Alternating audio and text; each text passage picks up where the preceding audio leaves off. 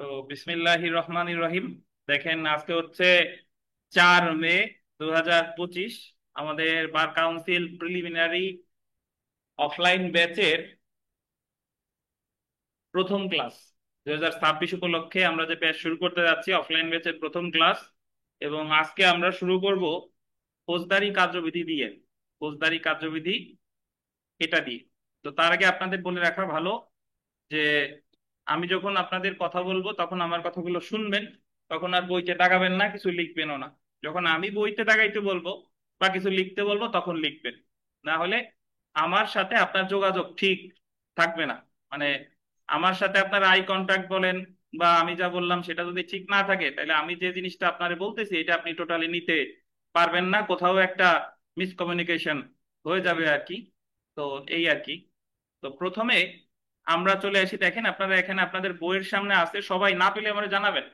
সবাই দেখেন, তত্ত্বগত আইন এবং পদ্ধতিগত আইন, সাবস্ট্যান্টিভ ল অ্যান্ড প্রসিডিউরাল ল। পাইছেন সবাই? তো আমাদের সারা বাংলাদেশে যত আইন আছে বা সারা পৃথিবীতে যত আইন আছে, এই আইনের ক্যাটাগরিকে দুই ভাগে ভাগ করা যায়। যেরকম মানুষের, সারা পৃথিবীতে যত মানুষ আছে, কিছু ব্যতিক্রম ছাড়া মানুষ হয় ছেলে হয়, না হলে কি হয়, মেয়ে হয়। ঠিক একই ভাবে যে আইনকে দুই ভাগে ভাগ করা যায়, একটা হলো আপনার তত্ত্বগত আইন আর একটা হচ্ছে পদ্ধতিগত আইন। এখন আগে আমার কথা শুনেন, আমি কি বলি এই কথাগুলো শুনেন। তত্ত্বগত আইনের আর একটা বাংলা প্রতিশব্দ হলো মূল আইন বা মৌলিক আইন। তাহলে বাংলায় বলে তত্ত্বগত আইন, মূল আইন বা কি, মৌলিক আইন। আর ইংরেজিতে এটাকে বলে সাবস্ট্যান্টিভ ল। কি বলেন? সাবস্ট্যান্টিভ ল। তাহলে আমি আবার বলি, তত্ত্বগত আইনকে বলে মূল আইন, মৌলিক আইন অথবা তত্ত্বগত আইন। আর ইংরেজিতে কি বলে বলেন? সাবস্ট্যান্টিভ। এখন যে আইনে, শুনেন, যে আইনে কোনো অপরাধের সংজ্ঞা বা শাস্তি বা প্রতিকার নিয়ে আলোচনা করছে, অপরাধের সংজ্ঞা, শাস্তি অথবা কি প্রতিকার, প্রতিকার নিয়ে আলোচনা করছে, সেই আইনটাকেই বলে তত্ত্বগত আইন, মূল আইন বা মৌলিক আইন। একটু উদাহরণস্বরূপ শুনেন, মনোযোগ দিয়ে শুনেন। ধরেন, আপনাদের বাংলাদেশ বার কাউন্সিল যে 100 মার্কের প্রিলিমিনারি পরীক্ষা হবে, এখানে 7টা সাবজেক্ট পড়তে হয়। এই 7টা সাবজেক্টের মধ্যে আমাদের দণ্ডবিধিতে, দ্য পেনাল কোড 1860, দণ্ডবিধিতে শুধু অপরাধের সংজ্ঞা আছে আর শাস্তি আছে। কিন্তু উদাহরণস্বরূপ আমি বলি, ওই জায়গায় চুরির সংজ্ঞা, চুরি কাকে বলে, চুরির শাস্তি আছে 3 বছর, চুরি করলে 3 বছর সাজা, এইটুক বলেই খালাস। কিন্তু ওই জায়গায় বলা নাই যে চুরির মামলা কিভাবে হবে, থানায় হবে না কোর্টে হবে, নাকি চুরির বিচার কিভাবে হবে, সাক্ষ্য গ্রহণ কিভাবে হবে, কেমনে রায় ঘোষণা করবে, কিভাবে আপিল হবে, এই বিষয়গুলো দণ্ডবিধিতে বলা নাই। তো দণ্ডবিধিতে শুধু বলা আছে সংজ্ঞা আর শাস্তি। তাহলে দণ্ডবিধি, আমি আপনাদের একটু আগে যে কথা বললাম যে মূল আইনে যে আইনে সংজ্ঞা এবং শাস্তি বলছে বা প্রতিকার বলছে, সেই আইনটা কি বলে? মূল আইন। তাহলে এই সংজ্ঞা অনুসারে দণ্ডবিধি একটা কি আইন? মূল আইন। বুঝছেন? কিন্তু দণ্ডবিধিতে কোথাও বলে নাই যে একটা ফৌজদারি মামলা কিভাবে করতে হবে, কোন পদ্ধতিতে করতে হবে, কিভাবে করতে হবে, কেমনে বিচার হবে। এই যে প্রসিডিউরাল ম্যাটার্স গুলো বা বিষয়গুলো, এগুলো আলোচনা করেছে ফৌজদারি কার্যবিধিতে। ফৌজদারি কার্যবিধিতে বলতেছে যে একটা মামলা থানায় হতে পারে বা কোর্টে হতে পারে। কোর্টে হইলে কিভাবে হবে, থানায় হইলে কিভাবে হবে, কোর্টে হইলে কিভাবে জবানবন্দি নিবে, থানায় হইলে কিভাবে লিখবে, নাকি এফআইআর হবে নাকি জিডি হবে, তারপরে বিচার কিভাবে হবে, অনুসন্ধান কিভাবে হবে, রায় ঘোষণা কিভাবে হবে, এই সব পদ্ধতিগত বিষয়গুলো ফৌজদারি কার্যবিধিতে আছে। বাট ফৌজদারি কার্যবিধিতে কোনো সাজার কথা বলা নাই। ফৌজদারি কার্যবিধিতে কোনো সাজা নাই। বুঝছেন? তাহলে আমরা বলতে পারি যে যে আইনে একটা মামলা দায়েরের বিভিন্ন পদ্ধতি নিয়ে আলোচনা করছে, সেই আইনটাকে বলে পদ্ধতিগত আইন। আর যে আইনে শুধু সংজ্ঞা, শাস্তি বা প্রতিকার নিয়ে আলোচনা করছে, সেটাকে বলে কি? মূল আইন বা সাবস্ট্যান্টিভ ল। এখন এই যে যে ফৌজদারি কার্যবিধিতে কোনো শাস্তির কথা বলা নাই, আপনি এইভাবে চিন্তা করেন যে ফৌজদারি কার্যবিধি হচ্ছে একটা বন্দুক। বুঝছেন? এখন বন্দুক চালাইতে কি লাগে? গুলি লাগে। এখন গুলিটা হলো সাবস্ট্যান্টিভ ল, আর বন্দুকটা হলো কি, প্রসিডিউরাল ল। তো তার মানে শুধু বন্দুকে কিভাবে কি করবে, সব সিস্টেম টিস্টেম আছে, সবকিছু আছে, কিন্তু গুলি যদি না হয়, ওই বন্দুকের কোনো দাম আছে? দাম নাই। আবার শুধু গুলি একটা সাবস্ট্যান্টিভ ল, কিন্তু শুধু গুলি যদি বন্দুক না থাকে তাহলে শুধু সাবস্ট্যান্টিভ ল এর কোনো দাম আছে? দাম নাই। তো এই জন্য আপনার দণ্ডবিধি হলো একটা সাবস্ট্যান্টিভ ল, কারণ দণ্ডবিধিতে শুধু শাস্তি আলোচনা করছে বা সংজ্ঞা আলোচনা করছে। আর ফৌজদারি কার্যবিধি হচ্ছে কি?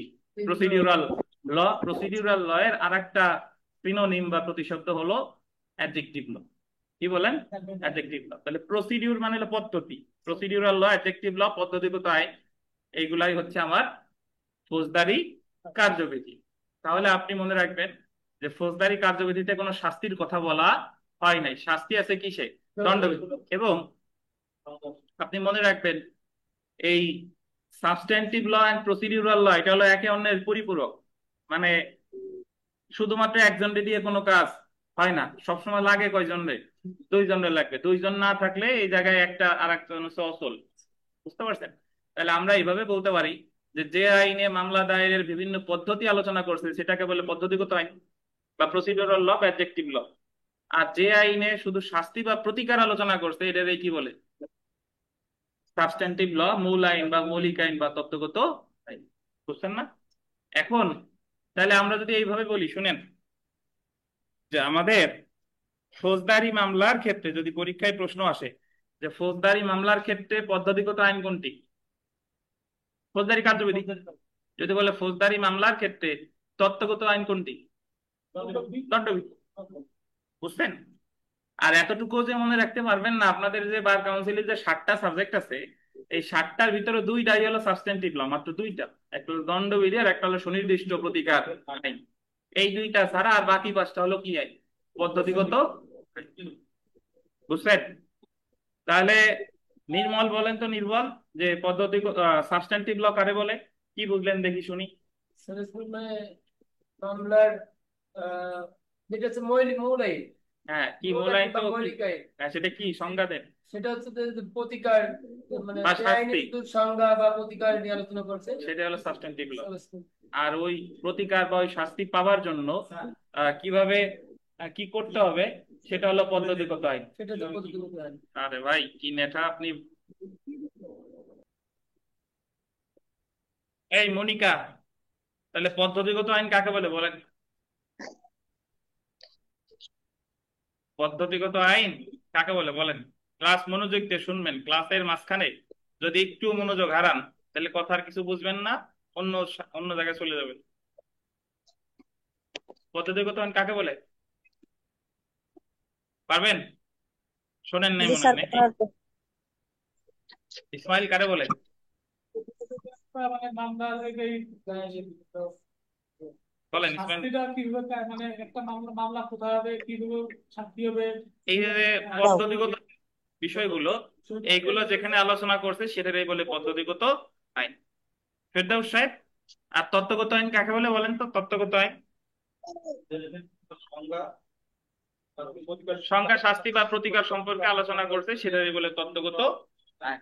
আর তাহলে আমি যদি এটাও যে মনে রাখতে পারবেন না, তার জন্য খুব সহজ হলো, আমাদের যে 7টা সাবজেক্ট আছে এই 7টা সাবজেক্টের মধ্যে মূল আইন কয়টা? দুইটা। কি কি? আর বাকি 5টা কি? প্রসিডিউরাল ল। পদ্ধতিগত আইন। এই কোথায় বোঝেন নাই বলেন আমারে, বলেন। মনিকা, বুঝছি স্যার। এই আরাফাত সাহেব, লিখে দেখাতে পারবেন? আচ্ছা শোনালেন, ঠিক আছে, বুঝলেন তো? বলেন তো তাহলে মূল আইন কয়টা বলেন। দুইটা স্যার। ধন্যবাদ। দেখেন আমরা একটু পড়ি। আহ পদ্ধতিগত আইন বা প্রসিডিউরাল ল, যে আইনে মকদ্দমা বা মামলা করার বিচার করার পদ্ধতি, এই যে আন্ডারলাইন করেন, বিচার করার পদ্ধতি, অর্থাৎ মামলা দায়ের থেকে শুরু করে চূড়ান্তভাবে নিষ্পত্তি করা পর্যন্ত যে সকল আইনি প্রক্রিয়া বা পদ্ধতি অনুসরণ করে বিচার করতে হয়, সেই প্রক্রিয়া বা পদ্ধতি বা নিয়ম যে আইনে উল্লেখ থাকে সেই নিয়ম সংশ্লিষ্ট আইনকে পদ্ধতিগত আইন, আন্ডারলাইন করবেন, পদ্ধতিগত আইন বা অ্যাডজেক্টিভ ল বলে। যেমন ফৌজদারি কার্যবিধি কি দেখেন, এমন একটু ধ্যান দিয়ে আন্ডারলাইন করা, লাইন মেলে না আপনার বইয়ের সাথে? ওই বাম পাশে দেখেন, বাম পাশে পাইছেন? যেমন ফৌজদারি কার্যবিধি পাইছেন? এই যে রিমোট দেখাই দে এলাম দেখো কি আছো এই যে এখন পাইছে? যেমন ফৌজদারি কার্যবিধি, দেওয়ানি কার্যবিধি, তামাদি আইন ইত্যাদি। প্রসিডিউরাল ল এবং অ্যাডজেক্টিভ ল উভয় পদ্ধতি আইন বোঝাতে ব্যবহৃত হয়। তাহলে পদ্ধতিগত আইনের বিমল সাহেব ইংরেজি কয়টা? দুইটা। একটা হলো প্রসিডিউরাল ল, আর একটা হলো কি, অ্যাডজেক্টিভ। ঠিক আছে, এই মনিকা পাইছেন? আচ্ছা, তারপরে দেখেন তত্ত্বগত বা মৌলিক আইন। তত্ত্বগত বা মৌলিক আইন ইংরেজিতে বলে সাবস্ট্যান্টিভ ল। যে আইনকে গোল্ডেন, অধিকার শব্দটা গোল্ডেন, অধিকারকে সংজ্ঞায়িত করে। অধিকার পাইছেন? সংজ্ঞায়িত করে, সৃষ্টি করে, অর্পণ করে, বা এটা আন্ডারলাইন করেন, কোন শাস্তিকে সংজ্ঞায়িত করে এবং দায় আরোপ করে, সেই আইনকে তত্ত্বগত বা মৌলিক আইন বলে। কি কি বলেন? অধিকার বা শাস্তিকে মানে সংজ্ঞায়িত করে, সেটারই কি বলে? তত্ত্বগত বা মৌলিক আইন। যেমন সুনির্দিষ্ট প্রতিকার আইন, দণ্ডবিধি ইত্যাদি। আর পড়লাম না। আচ্ছা, তাহলে সঞ্চিতা, আমাদের যে বার কাউন্সিলের যে 7টা সাবজেক্ট, এই 7টা সাবজেক্টের মধ্যে তত্ত্বগত আইন কয়টা সঞ্চিতা? দুইটা। কি কি? এই যে সবার নিচে দেখেন তত্ত্বগত আইন বা সাবস্ট্যান্টিভ ল। একটা হলো দণ্ডবিধি 1860। এই বই তো সুনির্দিষ্ট আপনার প্রতিকার আইন কি পান 18 না? বাংলা পড়তে পারেন তো? তাহলে বাংলা পড়তে, আমি তো বাংলায় লাইন বাই লাইন মিলেন না। ওই যে তত্ত্বগত বা মৌলিক আইন, ওই যে দেখেন, এই যে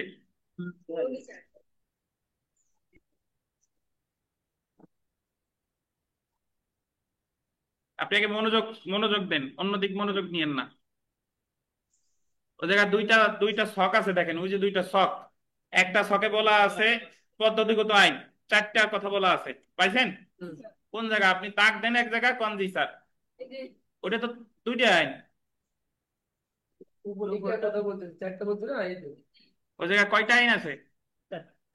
উপরে লেখেন, উপরে লেখা পড়েন। উপরে কি লেখা? তার উপরে, তার উপরে কি লেখা? পদ্ধতিগত আইন, বা কি বলে ইংরেজিতে, কি বলে পড়েন?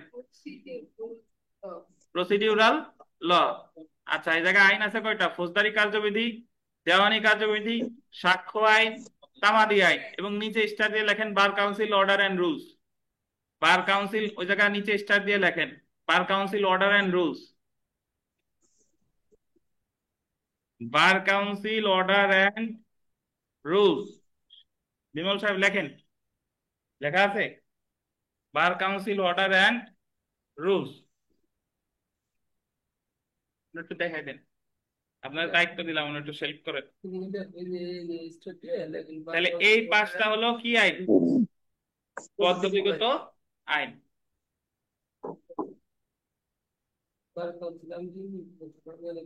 অপরদিকে বাকি যে দুইটা, দণ্ডবিধি আর সুনির্দিষ্ট প্রতিকার আইন, এটা তো আমরা আগে থেকেই জানি। এই দুইটা হলো তত্ত্বগত আইন। আমরা বিগত বছরের প্রশ্নে আসি, দেখেন দণ্ডবিধি কোন ধরনের আইন?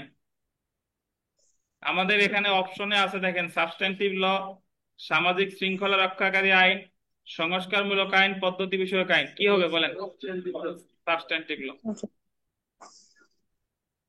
2 নাম্বার প্রশ্ন দেখেন মনিকা, বইয়ের সাথে মিলাইয়া, কোনটি পদ্ধতি বিষয়ক আইন নয়? এটা আন্ডারলাইন করেন। পদ্ধতি বিষয়ক আইন নয় মানে কি জানতে চাইছে? কোনটি মূল আইন, কোনটি পদ্ধতি বিষয়ক আইন নয়?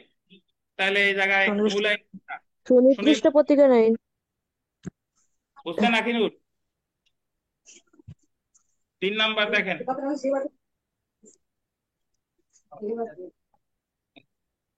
প্যানেল কোড একটি পেনাল কোড হলো একটি, অ্যাডজেক্টিভ ল, প্রিভেন্টিভ ল, সাবস্টেন্টিভ ল, প্রসিডিউরাল ল। কি বলেন তো?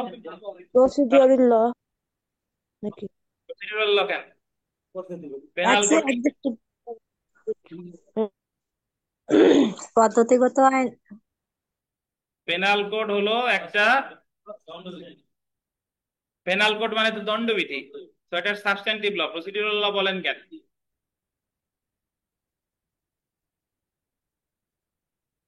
আচ্ছা, এখনো আমার অনলাইনে আপনারা 5-7 জন আছেন, সামনে এরকম 8-9 জন আছেন। আপনাদের নতুন আজকেই আমরা শুরু করছি।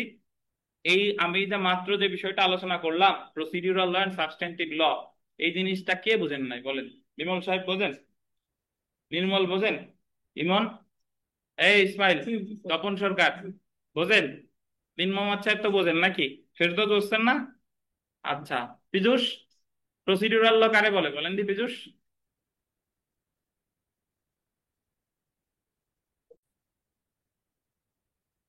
তো একটু দেখেন, 1 নম্বর প্রশ্ন, যে যে আইনে কোনো অধিকার বা শাস্তিকে সংজ্ঞায়িত করে, অধিকার বা শাস্তি বললেন এই, আপনি আগে নিজের বই দেখার আগে তে পাশের জন্য দেখেন কেন? ওই জায়গায় সেলফ প্র্যাকটিস লেখা আছে, দেখেন ও লেখা আছে, দেখেন অধিকার বা শাস্তি। কই। হ্যাঁ, তো ওইটা পড়েন, আমি পড়তেছি, আপনি মিলান না, ও পাশের জন্য দিক তাকাবেন না। না বুঝলে আমারে বলবেন যে বুঝতেছি না।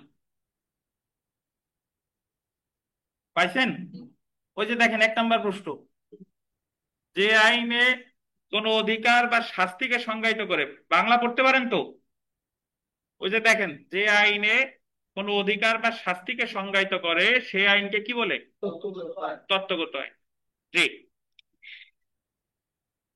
আচ্ছা মনিকা, তারপরে একেবারে 7 নম্বর প্রশ্নে দেখেন, 7 নম্বর,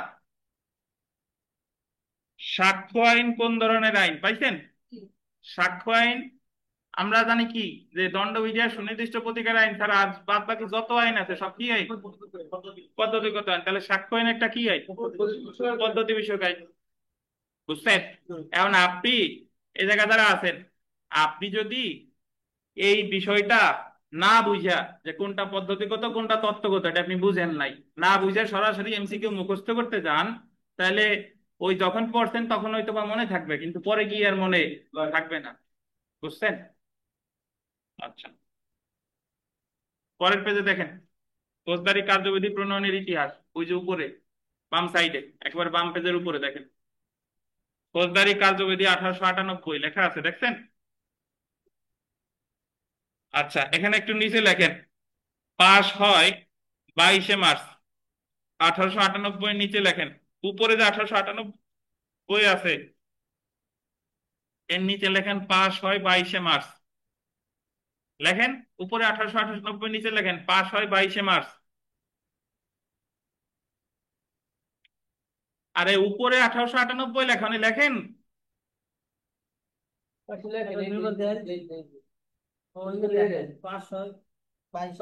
বাইশে মার্চ। পাশ হয় 22শে মার্চ, ব্র্যাকেটে লেখেন 5 নং আইন।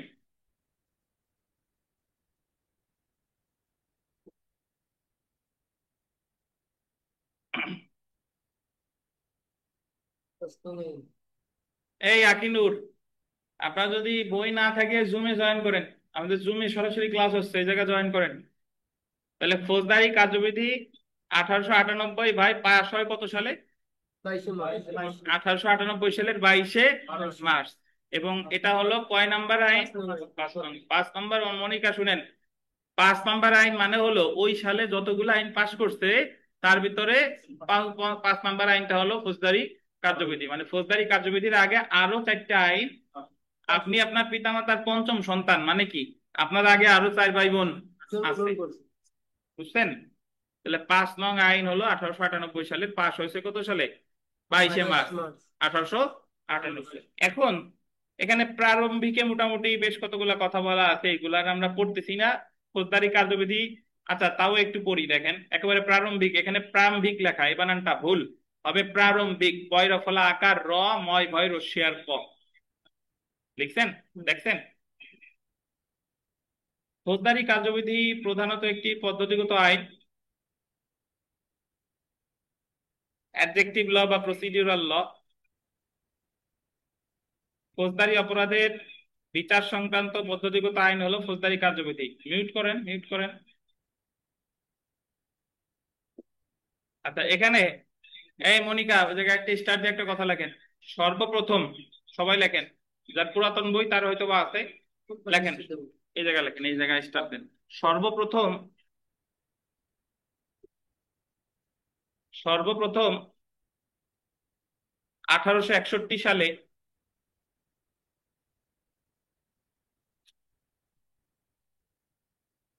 ব্রিটিশ পার্লামেন্ট কর্তৃক পাশ হয়। সর্বপ্রথম 1861 সালে ব্রিটিশ পার্লামেন্ট কর্তৃক পাশ হয়।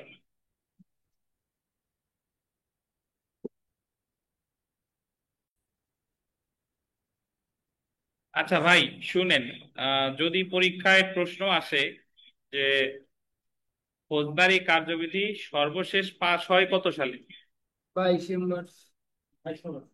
না, সর্বপ্রথম পাশ হয় সর্বপ্রথম 1861 সালে ব্রিটিশ পার্লামেন্ট কর্তৃক। আকিনুর, আপনি ওই পাশের বই দেখেন, এই শব্দের সমস্যা হবে ওনাদের ই করা। তারপরে আরেকটু লেখেন স্টার দিয়ে, আরেকটা কথা লেখেন। কেবল লিখলেন না যেটা, হ্যাঁ সর্বপ্রথম বলছি। তারপরে লেখেন, আমি বলবো ইসমাইল যা বলি তাই শুনেন, মাথা কপাল খারাপ করেন না। স্টার দিয়ে লেখেন 1872, 1872 ও 1882 সালে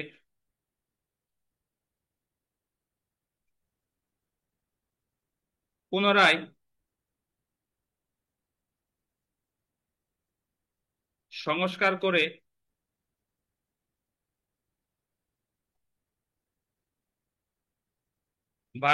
পুনরায় 1872 1882 সালে পুনরায় সংস্কার করে ভারতীয় ম্যাজিস্ট্রেটদের, লেখা আছেন তো আপনার, ভারতীয় ম্যাজিস্ট্রেটদের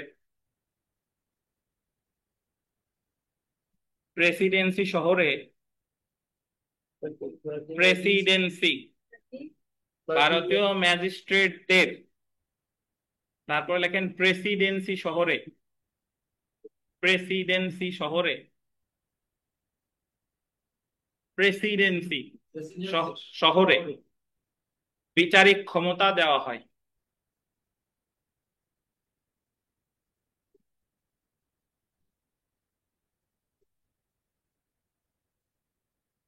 প্রেসিডেন্সি শহরে বিচারিক ক্ষমতা দেওয়া হয়, বুঝলেন? আচ্ছা এখন শুনেন, বিষয়টা হলো এই, তাহলে আমরা কি কি পড়লাম একটু শুনেন। যে ফৌজদারি কার্যবিধি যদি কখনো পরীক্ষায় প্রশ্ন আসে যে সর্বপ্রথম ফৌজদারি কার্যবিধি পাশ হয় কত সালে, সর্বপ্রথম যদি শব্দটা থাকে 1861, কে পাশ করে?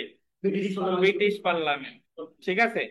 এরপরে ফৌজদারি কার্যবিধি সংস্কার করে 1800 কত সালে, 72, 72, এরপরে আবার কত, 82, এবং 1882 সালে সংস্কার করে ভারতীয় ম্যাজিস্ট্রেটদের বিচারিক ক্ষমতা দেওয়া হয়। একটু আমার কথা শুনেন, আপনারা যারা এলএলবি পাশ করে এসেছেন সবাই মোটামুটি ইতিহাস জানেন। আমাদের ভারতীয় উপমহাদেশ ওই 1757 সালের পর থেকে ভারতীয় উপমহাদেশ শাসিত হতো ইস্ট ইন্ডিয়া কোম্পানি কর্তৃক, এবং ইস্ট ইন্ডিয়া কোম্পানি তো একটা ব্রিটিশ কোম্পানি নাকি, ইংরেজদের। তো এই ফৌজদারি কার্যবিধি টার্যবিধি যত যা আছে এই সবকিছু পাশ করছে কারা, ব্রিটিশরা। তাহলে তখন ম্যাজিস্ট্রেট ট্যাজিস্ট্রেট যা হতো সবাইও কি ছিল, ব্রিটিশ।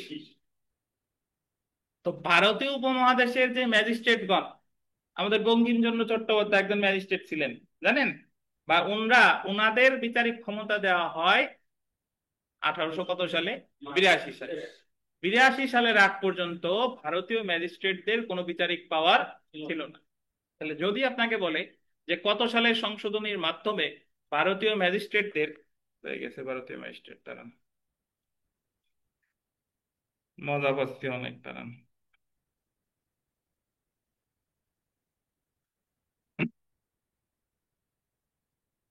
জয়েন হয়েছে উনি, দেখেন একজন আবার নেট চলে গেছে তো একটু জয়েন দিইনি, একজন আবার জয়েন করছে সনি নামে।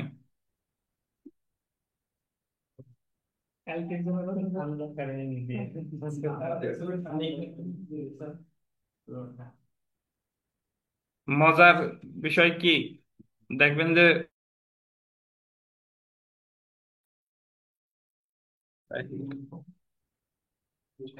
এই যে ফার্স্ট নেম লাস্ট নেম থাকে, ওই জায়গাতে দুইবার নির্মল নির্মল করেন। আচ্ছা অনলাইনে যারা আছেন শুনতে পাচ্ছেন ভাই? হ্যালো? অনলাইনে যারা আছেন আমার কথা শুনতে পাচ্ছেন?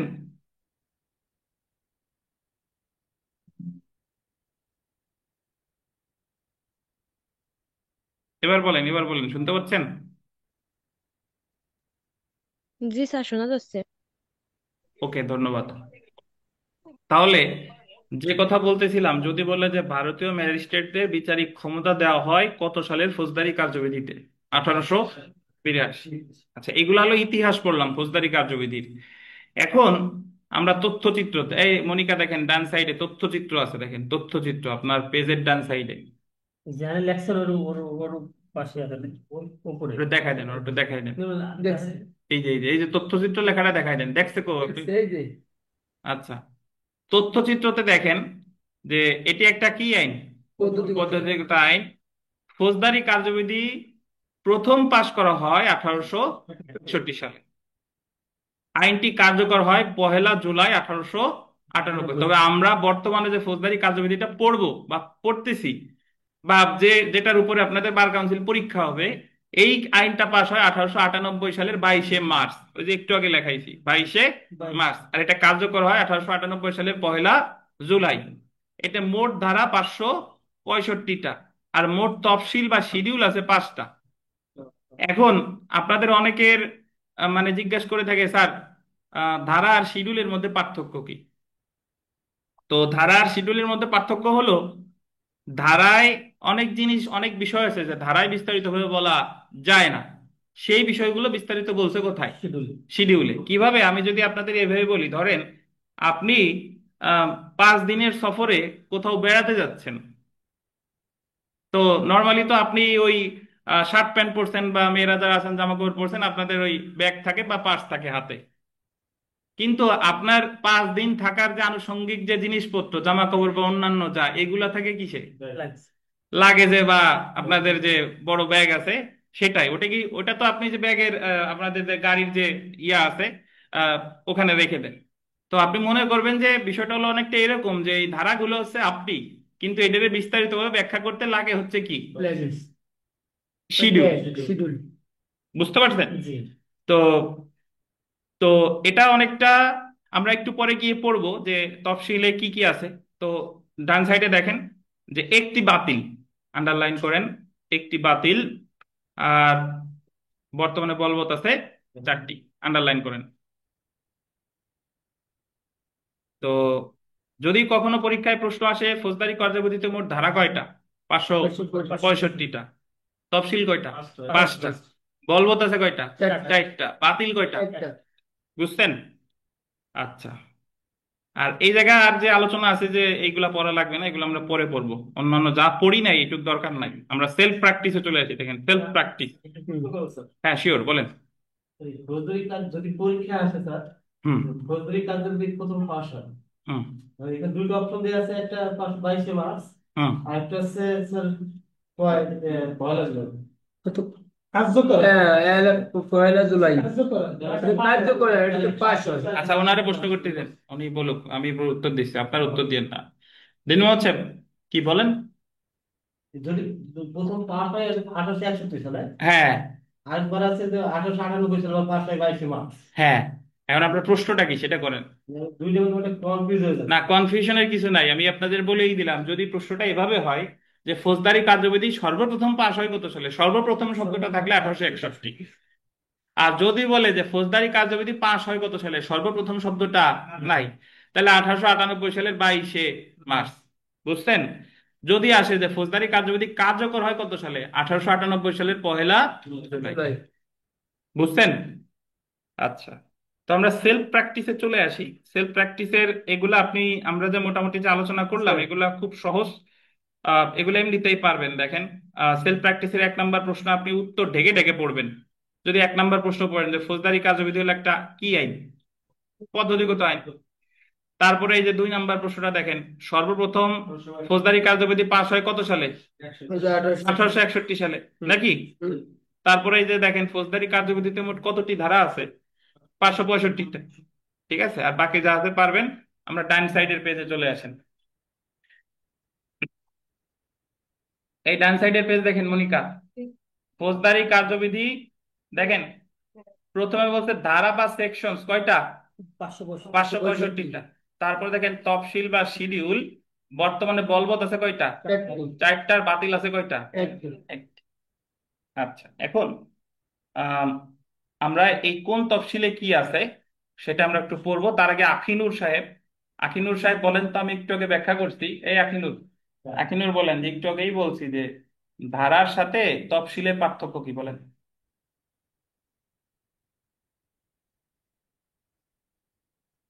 ধারা হলো মামলার বিষয়বস্তু নিয়ে। হুম, বলেন। আপনি মনোযোগ দিচ্ছেন না, মনোযোগ দেন কোন জায়গায় আছে, নাইলে কোর্টে যেহেতু কাজ করেন, আপনি এত বোকা না যে আমি যে কথাগুলো বলতেছি আপনি পারবেন না। আপনি যদি ধারা মনোযোগ দেন, এই থামেন, তফসিল অনলাইনে থামেন, জিজ্ঞেস করলে বলবেন, আগের তো বলেন না। আপনি যদি আমাদের ক্লাসে মনোযোগ দেন, এখান থেকে 70% পড়া আপনার এই জায়গা থেকে হয়ে যাবে। আর বাসায় বসে 30% আপনার শুধু একটু দেখতে হবে। আর মনোযোগ না দিলে এই জায়গাও হচ্ছে না, বাসায় গিয়েও হবে না। তো মনোযোগ দেন, যে জায়গাতে আছেন কনসেন্ট্রেট করেন। এখন আমরা এখানে খুব বেসিক জিনিস পড়তেছি, বেসিক মানে এগুলা পরীক্ষা আসতেও পারে, নাও পারে, কিন্তু এগুলো আমরা ইগনোর করেও যেতে পারবো না। এগুলো অবশ্যই আপনার ইতিহাস জানতে হবে। এবং দিন যত যাবে তত আমরা সহজ থেকে কঠিনতর পথে প্রবেশ করবো। সো এখন থেকে যদি আপনি মনোযোগ না আনেন তাহলে হবে না। সো আপনি অন্য দিক তাকাবেন না, আমি কথা বললে আমার দিক তাকাবেন। আর এরপরের দিন একটু দূরে বসবেন না, আমার কাছাকাছি এসে বসবেন। আচ্ছা, আমরা এখন দেখবো যে 5টা তফসিলে কি আছে। বিমল সাহেব বইয়ের দিক তাকান, দেখেন 5টা তফসিলের প্রথম তফসিল কি, বাতিল না? বাতিল। দেখেন, তো যদি পরীক্ষায় প্রশ্ন আসে যে ফৌজদারি কার্যবিধির কোন তফসিলটি বাতিল, প্রথম তফসিলটা বলবৎ আছে কয়টা? 4টা। বুঝছেন? আচ্ছা, দ্বিতীয় তফসিলে 3টে স্টার দেন নিচে, দ্বিতীয় তফসিলের নিচেই 3টে স্টার দেন। আমাদের ফৌজদারি কার্যবিধির যে দ্বিতীয় তফসিল, এটা খুবই গুরুত্বপূর্ণ একটা বিষয়, এবং এটা আপনারা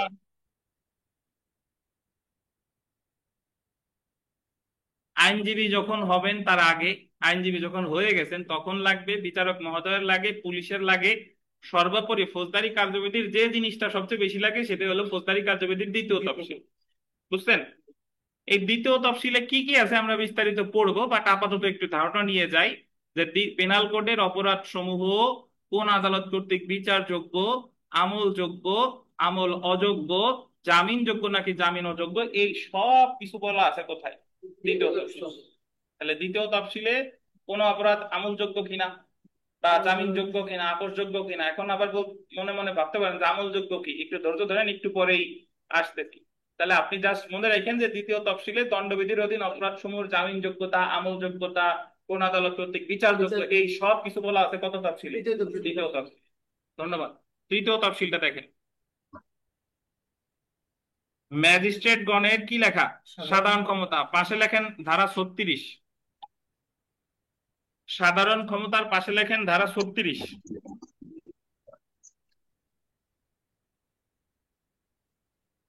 লিখছেন? পাশে লেখেন বিচারিক ও নির্বাহী ম্যাজিস্ট্রেট, বিচারিক ও নির্বাহী ম্যাজিস্ট্রেট।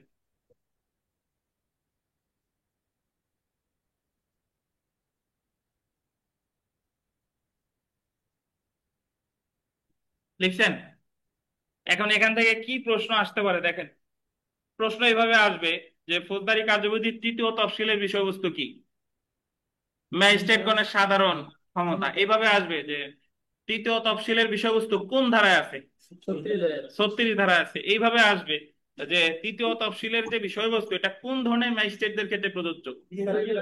বিচারিক ম্যাজিস্ট্রেট ও কি? বুঝছেন? আচ্ছা, চতুর্থ তফসিল দেখেন, ম্যাজিস্ট্রেটগণের উপর আরোপযোগ্য কি লেখা আছে? অতিরিক্ত ক্ষমতা। পাশে লেখেন ধারা 37, 37, সেকশন 37, ধারা কত বলেন? 37।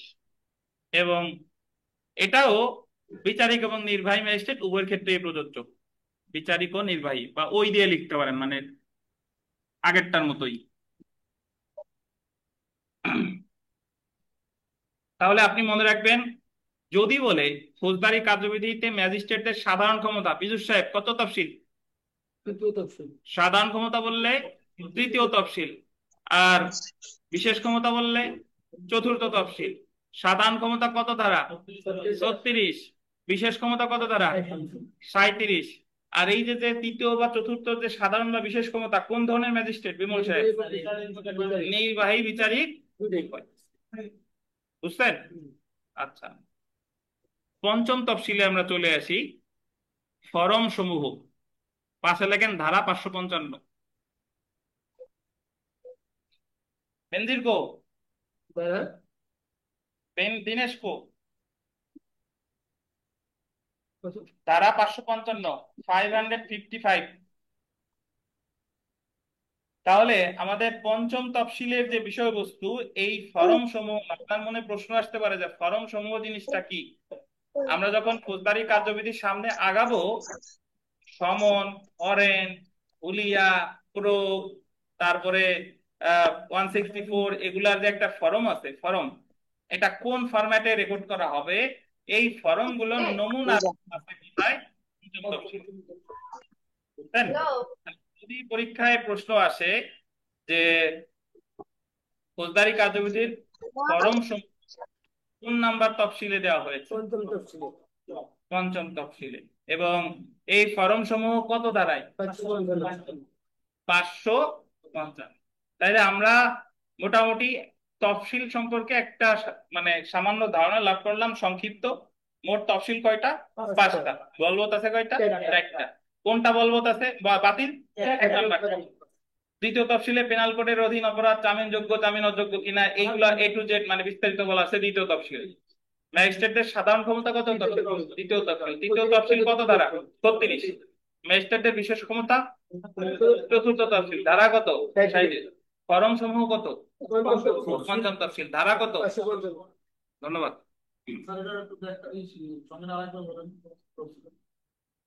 ফরম সমূহ, ফরম আমাদের যখন আমরা সামনে জানবো, যখন একটা মামলা করা হয়, মামলা করলে বিবাদী বরাবর কখনো সমন যায়, কখনো ওয়ারেন্ট যায়।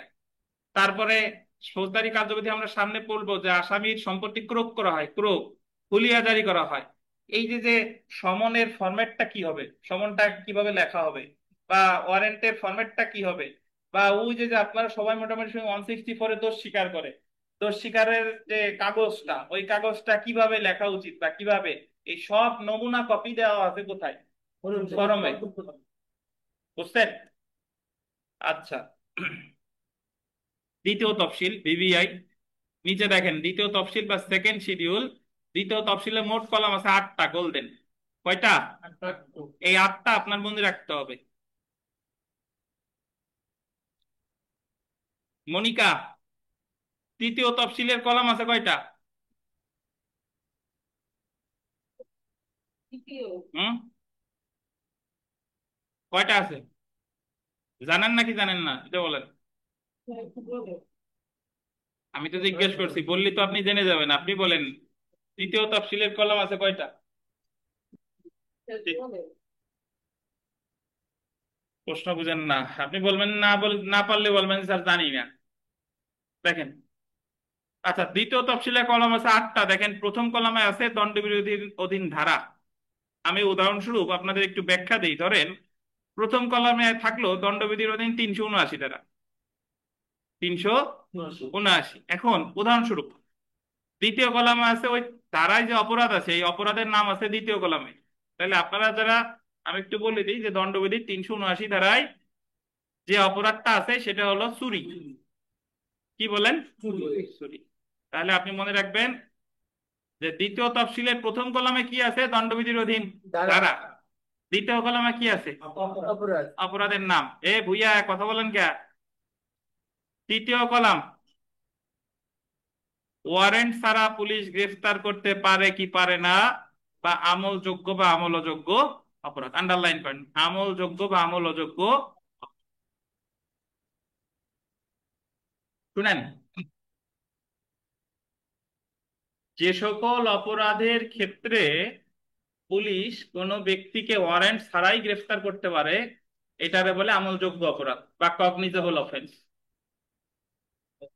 সাধারণত যে সকল অপরাধ গুরুতর প্রকৃতির ধরেন খুন, ডাকাতি, দস্যুতা, ধর্ষণ, গুরুতর জখম, এইগুলা গুরুতর প্রকৃতির অপরাধ। এই অপরাধগুলো সম্পর্কে আপনি গিয়ে যদি থানায় অভিযোগ জানান, তাহলে থানার যে সংশ্লিষ্ট অফিসার তিনি ওয়ারেন্ট ছাড়াই, ওয়ারেন্ট সচরাচর দেয় হলো ম্যাজিস্ট্রেট, যেহেতু গুরুতর প্রকৃতির অপরাধ আশু প্রতিকার মানে দ্রুত পদক্ষেপ নেওয়া দরকার, তাহলে ওয়ারেন্ট ছাড়াই যে সকল অপরাধের ক্ষেত্রে পুলিশ গ্রেফতার করতে পারে সেই সকল অপরাধগুলোকে বলে কগনিজেবল অফেন্স বা আমলযোগ্য অপরাধ।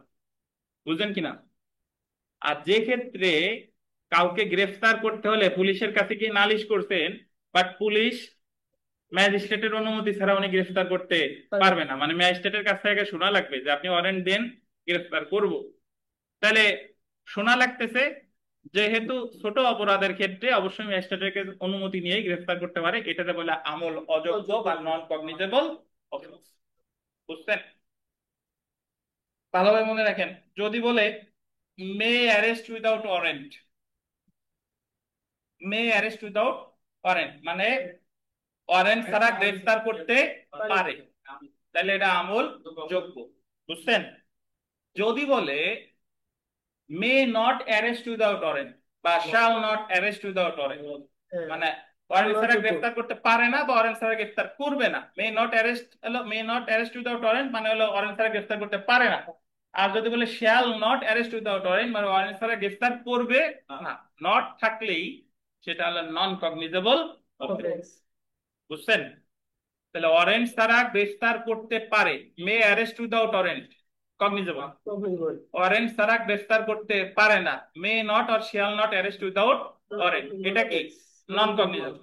তাহলে কোন অপরাধ কগনিজেবল নাকি নন কগনিজেবল এটা দ্বিতীয় তফসিলের কত কলম থেকে জানা যায়? তৃতীয় কলাম। এই লিলি না দেখে বলেন, দ্বিতীয় তফসিলের মোট কলাম কয়টা? তাকান কে আবার, কলাম কয়টা বলেন? দ্বিতীয় তফসিলের 8টা। প্রথম কলামে কি আছে?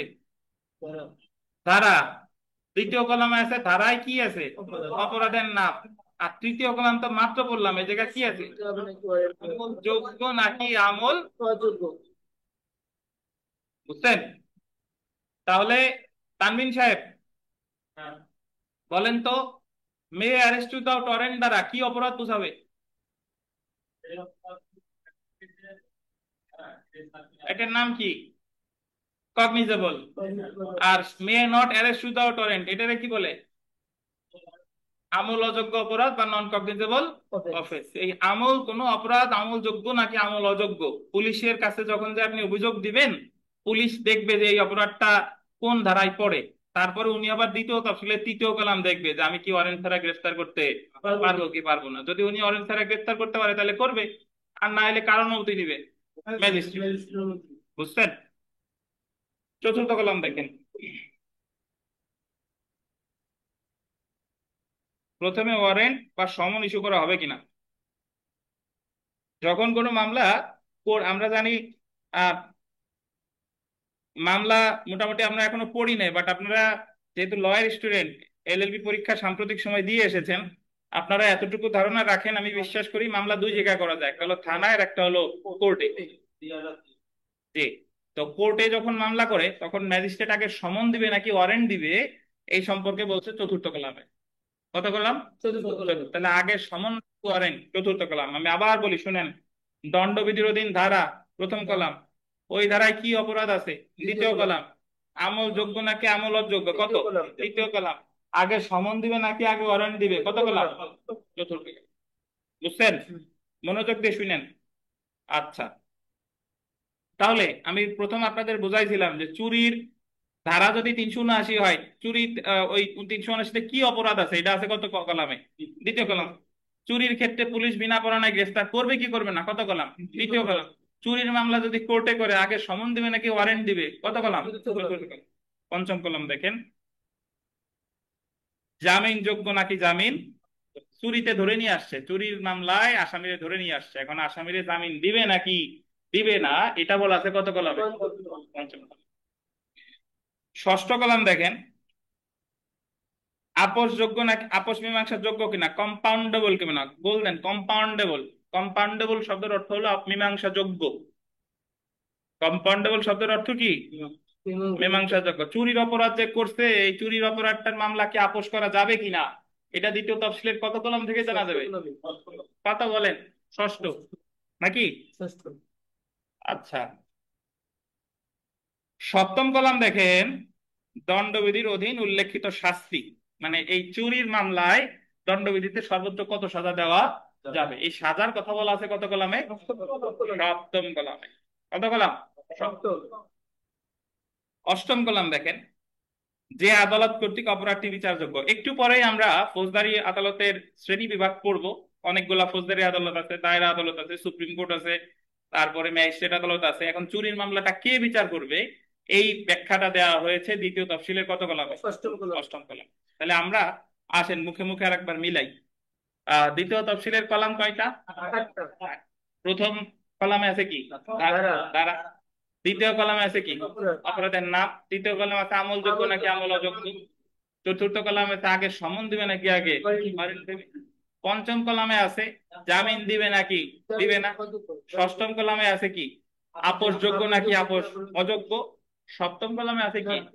শাস্তি। অষ্টম কলামে আছে কোন আদালত কর্তৃক বিচার। বুঝছেন? এই তানবিন সাহেব, এই আটটা না দেখে বলতে পারবেন? অ্যাটেম্পট নেন, বলেন প্রথম কলামে কি আছে বলেন।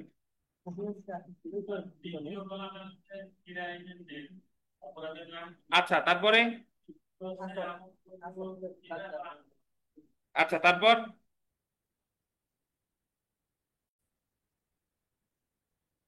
আমরা মোটামুটি দ্বিতীয় তফসিল সম্পর্কে একটা ধারণা লাভ করছি। এখন এই ওই দ্বিতীয় তফসিল যে জায়গা পড়লাম, এর নিচে একটা লাইন আছে, একটা প্যারা আছে, দেখেন সবাই লক্ষ্য করেন যে ফৌজদারি কার্যবিধিতে মোট ধারা আছে 500 কয়টা?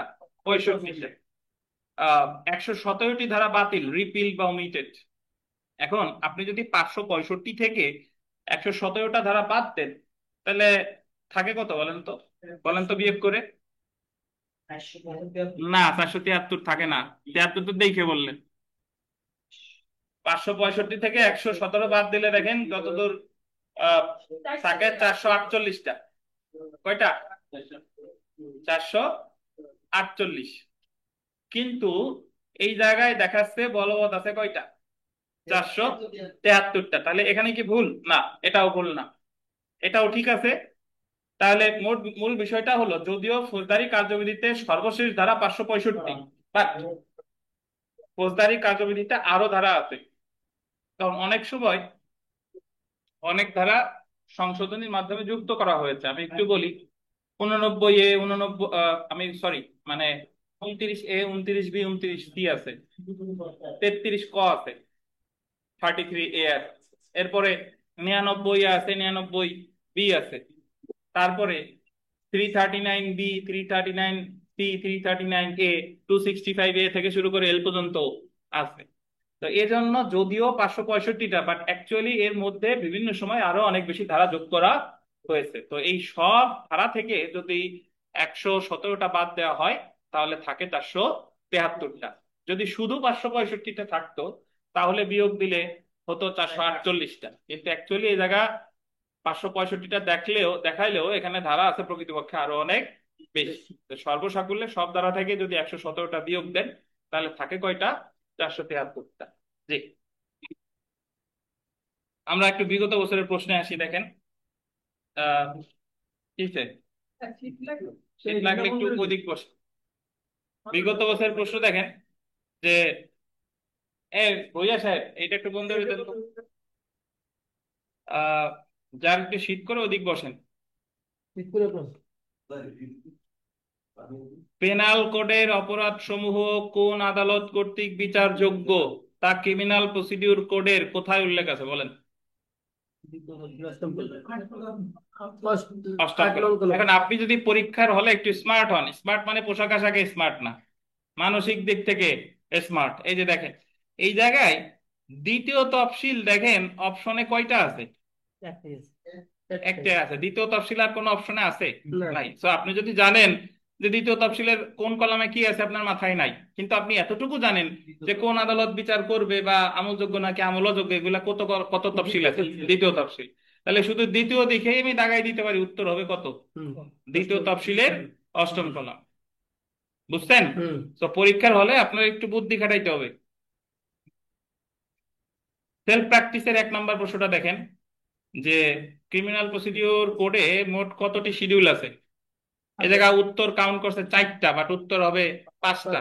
যদি বলে কয়টা শিডিউল বলবৎ আছে, তাইলে উত্তর হতো 4টা। বুঝেছেন? আচ্ছা, 2 নম্বর প্রশ্নটা দেখেন যে ফৌজদারি কার্যবিধি 1898 নিম্নলিখিত কোন তফসিলটি বাতিল করা হয়েছে। প্রথম তফসিল। তাহলে আপনারা আপনারা যারা নতুন আসছেন, আপনাদের অনেকের ধারণা বা আপনারা ওই আগের কার থেকে মানে অনেক আগে থেকে পড়ে আসতেছেন, বা এসএসসি এসএসসি এগুলাতে আলাদা করে আপনারা ওই এমসিকিউ প্রশ্ন পড়তেন, তাত্ত্বিক আলোচনা দেখা গেলো পড়তেন না। আপনি যদি এই যে যে আমাদের যে মূল আলোচনা, এটা যদি আপনি জানেন, তাহলে এই জায়গার এমসিকিউর উত্তর আপনি করতে পারবেন। বুঝতে পারছেন? তাহলে আমার হলো মূল বিষয়টা জানা দরকার। আমি কখনোই শুধু এমসিকিউ মুখস্থ করব না। আইন মানেই হলো কি, বোঝা। যদি বুঝতে পারেন, বোঝা মানে ওই গাড়ের যে বোঝা সেই বোঝা না, বোঝা আর কি, বুঝতে হবে সেটা কি। দেখেন 5 নম্বরটা দেখেন, আহ ফৌজদারি কার্যবিধির কত তফসিলের কত কলামে, আন্ডারলাইন করেন আমলযোগ্য কগনিজেবল। এই তানবিন সাহেব দেখেন, আমলযোগ্য কগনিজেবল বা আমল অযোগ্য নন কগনিজেবল অপরাধ সমূহ উল্লেখ করা হয়েছে। দ্বিতীয় তফসিলের কত কলাম বলেন? তৃতীয় কলাম। এই লিলি বলেন, মে অ্যারেস্ট উইদাউট ওয়ারেন্ট যদি বলা থাকে তাহলে কি অপরাধ? আপনি লিলি বলেন। মে অ্যারেস্ট উইদাউট ওয়ারেন্ট আমলযোগ্য, আর may not arrest without warrant আমল অযোগ্য। কোনটা গুরুতর প্রকৃতির অপরাধ, আমলযোগ্য নাকি আমল অযোগ্য, কোনটা? আমল যোগ্য, কারণ গুরুতর প্রকৃতির অপরাধের ক্ষেত্রেই তো বিনা পারণায় গ্রেফতার করতে পারে। বুঝছেন? আচ্ছা, তাহলে এখানে যে ব্যাখ্যাটা আছে, এই ব্যাখ্যাটা একটু কষ্ট করে পড়ে ফেলবেন। ওই যে কথা আমি বলছিলাম, এই জায়গায় বলা আছে যে মে অ্যারেস্ট উইদাউট ওয়ারেন্ট বললে কগনিজেবল, আর যদি বলে shall not arrest without warrant বা may not arrest without warrant, তাহলে হবে কি, নন কগনিজেবল। 8 আর 9 নম্বর প্রশ্নে চলে আসেন, বিবিআই 8 আর 9 দেখেন। বিচারিক ম্যাজিস্ট্রেট এবং নির্বাহী ম্যাজিস্ট্রেটদের সাধারণ এখতিয়ার উল্লেখ আছে। সাধারণ এখতিয়ার আমরা পড়ে এসেছি কত তফসিলে? তৃতীয় তফসিলে। বিচারিক ম্যাজিস্ট্রেট আর নির্বাহী ম্যাজিস্ট্রেটের সাধারণ ক্ষমতা তৃতীয় তফসিল না? কত ধারা? 36, 36 ধারা। আর 9 নম্বরটা দেখেন, বিচারিক ম্যাজিস্ট্রেট এবং নির্বাহী ম্যাজিস্ট্রেটের গোল্ডেন অতিরিক্ত ক্ষমতা, স্পেশাল পাওয়ার। এটা কত তফসিলে? চতুর্থ তফসিলে। ধারা কত? ধারা 37। বুঝছেন? আচ্ছা,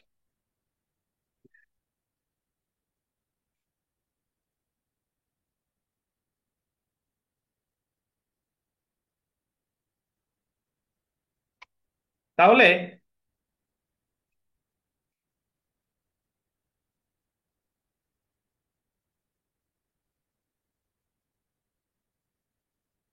আমরা চলে আসি ফৌজদারি কার্যবিধির প্রয়োগ। ফৌজদারি কার্যবিধি প্রয়োগ, application of criminal procedure code, ধারা 5। যদি এইভাবে পরীক্ষায় প্রশ্ন আসে যে ফৌজদারি কার্যবিধির প্রয়োগ সম্পর্কে আলোচনা করেছে কত ধারায়? 5 ধারা। বা application of criminal procedure code কত ধারা? 5 ধারা। শোনেন আপনারা, আজকে থেকে হলো আমাদের জার্নি শুরু হলো। আপনি যদি নিজেকে অ্যাডভোকেট হিসেবে দেখতে চান, তাহলে আপনাদের আমি একটু ধারণা দিই, সেটা হলো যে আপনি কতটুকু এর আগে পারেন বা না পারেন এটা নিয়ে ভাববেন না। আমাদের এখানে এসে নিজের সর্বস্বটা উজাড় করে দিয়েন এবং বোঝার চেষ্টা করেন, অন্য কোনো চিন্তা ভাবনা এখানে এসে করবেন না। এই জায়গায় আমরা ফৌজদারি কার্যবিধিতে 565টা ধারা পড়া লাগবে। উদাহরণস্বরূপ বলতেছি, আমরা সব না পড়লেও অলমোস্ট 80% পড়তে আমার হবে। তারপর দণ্ডবিধিতে আছে 511টা ধারা, 511টা না পড়লেও 80% আমার পড়া লাগবে। এরপরে দেওয়ানি কার্যবিধিতে আছে 158টা ধারা আর 51টা আদেশ। আদেশের মধ্যে বিধি টিধি দিয়েও ওই জায়গায় হাজার খানিক আছে। তো এগুলাও আমার জানতে হবে। সুনির্দিষ্ট প্রতিকার আইনে মাত্র ধারা আছে 57টা। 57টা ধারা থাকলে ওই জায়গায় 57 প্রকারের পেঁয়াজ আছে। আচ্ছা, এরপরে সাক্ষ্য আইনে ধারা আছে 167টা, আপনার জানতে হবে, 80% অলমোস্ট জানতে হবে। এরপরে তামাদি আইনে ধারা আছে 29টা, অনুচ্ছেদ আছে 183টা, এরও 80% আপনার জানতে হবে। বাংলাদেশ বার কাউন্সিল যে আইনটা, এটা অনুচ্ছেদ আছে 46টা, বিধি আছে 101টা, ক্যাননস অফ প্রফেশনাল কন্ডাক্ট এন্ড এটিকেটে বিধি আছে 42টা। সো এইগুলা সম্পর্কে আপনার একটা ধারণা থাকতে হবে। এখন আপাত দৃষ্টিতে আপনার কাছে এগুলো শুনে মনে হচ্ছে যে এত আমি কিভাবে মনে রাখবো, বাট মনে রাখা খুব সহজ যদি আপনি রেগুলার পড়াশোনা করেন। এগুলো অটোমেটিক্যালি মনে থাকবে। কিছু কিছু জিনিস আছে আপনি মুখস্থ করে মনে রাখতে পারবেন না। আপনি এমনিতেই মনে, আপনি যে উপরে যে আমার মাথার উপরে কি বলেন, ফ্যান, একদিন মুখস্থ করছেন। আপনি মরার আগ পর্যন্ত যদি আপনার জ্ঞান ঠিক থাকে, ফ্যানের নাম বলবেন? বলবেন না। এই যে যে এটার নাম ল্যাপটপ, একবার দেখলেই মনে থাকবে এটা হচ্ছে কি, ল্যাপটপ। তো এইভাবে আইনটাকেও আমাদের এভাবে বানাইতে হবে। আপনি ধরেন যে মোবাইল চালান, আপনারা ফেসবুক চালানো আপনারা কেউ শিখাইছে? কেউ শিখাইছে আপনারে? শিখাই নাই। কিভাবে একটা আইডি খুলতে হয় এগুলো আপনারা কেউ শিখাই নাই, বাট এগুলো আপনি আয়ত্ত করছেন কেমনে? একবার পারেন নাই, দুইবার পারেন নাই, আস্তে আস্তে আয়ত্তে এসে গেছে। তো আইন পড়াটাও তাই। আমাদের ব্রেন হয়ে আছে কাঁসার থালা, যত পড়বেন তত চকচক করবে। আর দীর্ঘদিন যাবত পড়ে আছে একেবারেই মানে মরিচা মরিচা না, কাঁসাতে তো মরিচা ধরে না, মনে করেন যে অনুজ্জ্বল হয়ে আছে। তো এই কারণে আপনারা এখন যারা আসছেন, আপনারা যথাযথ সময় আসছেন। বেশি কথা বলবো, যা বলবো তাই বলবো, চুপ করে শুনবেন। আপনি এই জায়গায় আসছেন শিখতে। সো এখানে যদি আপনি রেগুলার থাকেন, ইনশাল্লাহ আমরা একটা ভালো ফল আশা করা যাবে আর কি। বুঝতে পারছেন? তো নামাজের বিরতি, নামাজ শেষে আবার শুরু হবে ইনশাল্লাহ।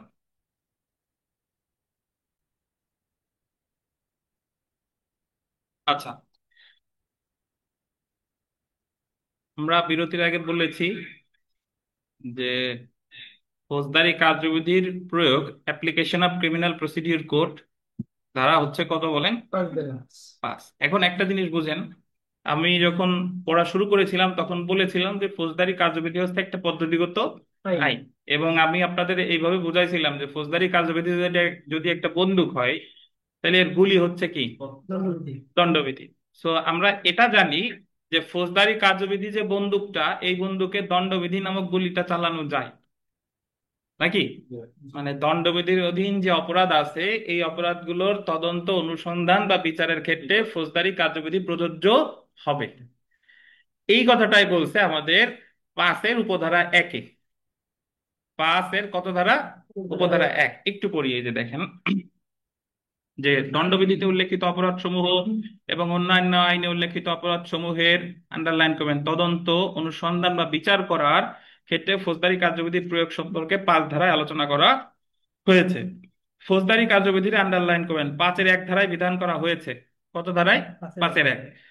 দণ্ডবিধির অধীন সকল অপরাধের, আন্ডারলাইন করবেন, তদন্ত, অনুসন্ধান এবং বিচার ফৌজদারি কার্যবিধিতে উল্লেখিত পদ্ধতিতে হবে। এটার অর্থ কি?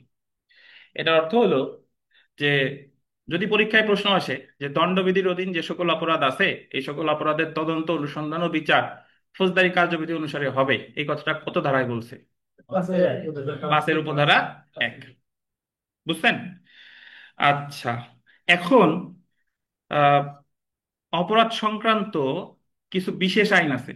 বিশেষ আইন বলতে বোঝাই যে গুলি তো আর এক প্রকার না, গুলি গুলি তো হরেক প্রকারের আছে। যারা এয়ার গান ব্যবহার করেন, এয়ার গান দেখবেন যে কিছু গুলি আছে পাতলা, কিছু গুলি আছে কি আহ ভারী, মানে।